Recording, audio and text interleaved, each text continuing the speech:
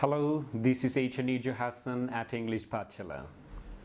Today we are going to focus on modal verbs can, could, may, and might.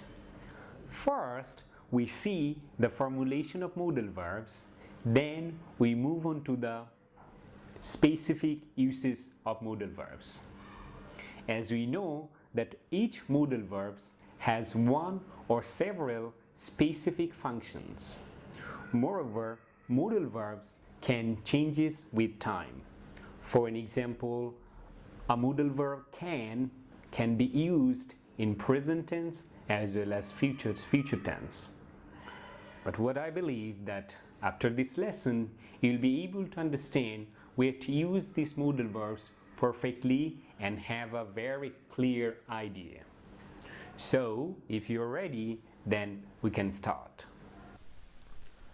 Modal verbs can, could, may, and might. First, we are going to look at the formulation of modal verbs. As we know, all modal verbs have got some very common features. First, they are very same for all the pronouns and nouns. For example, I can, he can, John can. Never say he cans or John coulds. Never add any s or es with any modal verbs.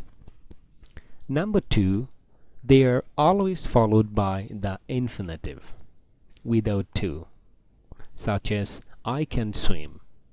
You don't need to put to with can. I can to swim. It's wrong. Number 3, they do not need auxiliaries, and they can take direct negative and positive. For example, I cannot swim or I can't swim. Can you swim?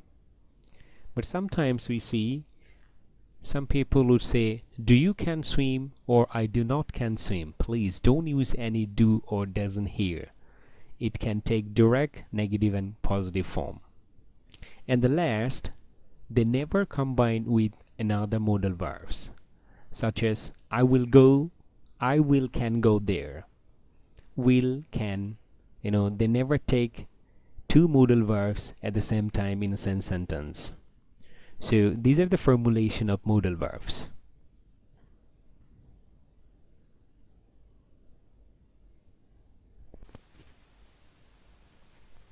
The uses of can.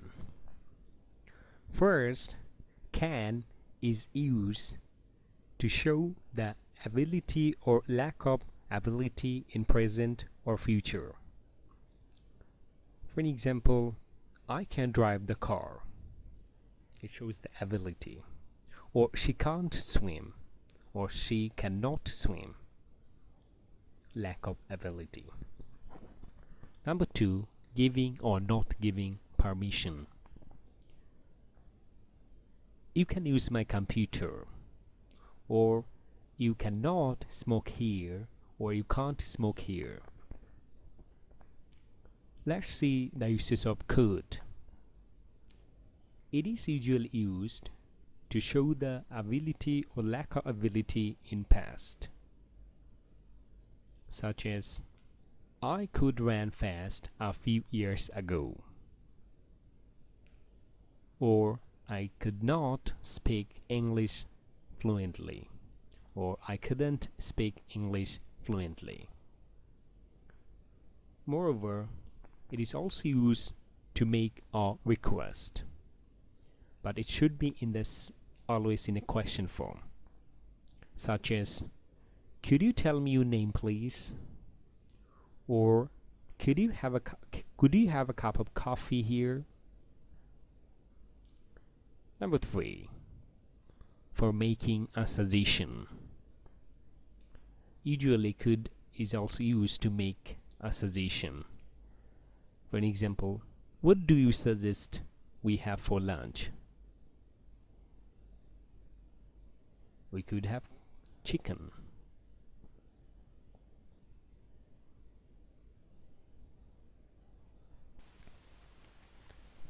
Let's move on to the may. the uses of may. Usually it is used for asking permission, such as may I use your car, or may I use your pen, may I come in. So for asking permission you can use may. Moreover, may also use for a strong possibility in present or future, such as it may rain again, or he may not accept your proposal. And the last, the uses of might. Usually might is also used for a possibility in present or future. For example, it might rain again, or he might not accept your proposal. So what we see, there is similarities between may and might, so you can use either.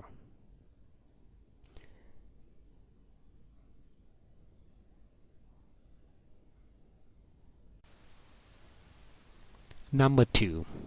Might is also used for a possibility in the past, but it is followed by have done. For an example, he might have missed the train. Here it is also can be said he could have missed the train, but usually we use he might have missed the train.